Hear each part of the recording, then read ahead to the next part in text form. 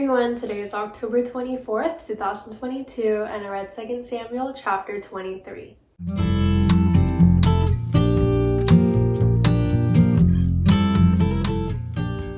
Today's chapter opens up with David's last words, and I thought that this would be a great opportunity to look back and reflect on David's entire life.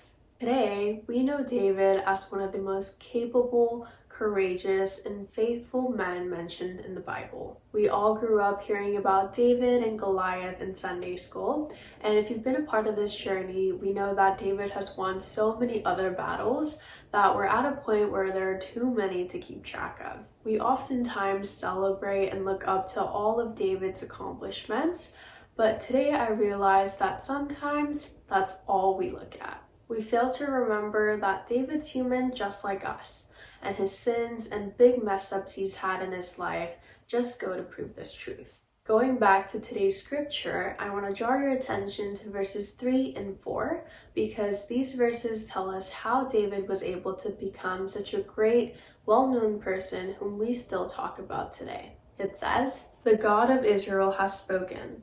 The rock of Israel has said to me, when one rules justly over men, ruling in the fear of God, he dawns on them like the morning light, like the sun shining forth on a cloudless morning, like rain that makes grass to sprout from the earth." David didn't just randomly wake up one day and decide to become a great king.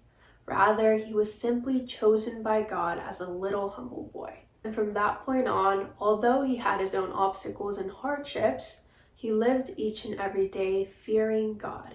Applying this to our lives, when you and I truly realize and start valuing God above all else, that's when he dawns on us like the morning light, and that's when we become set apart from this world. So through today's journey, I want to encourage all of you guys to start valuing your spiritual life.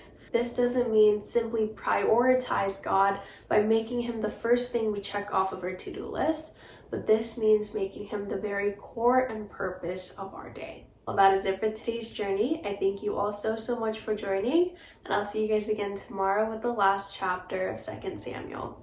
Bye!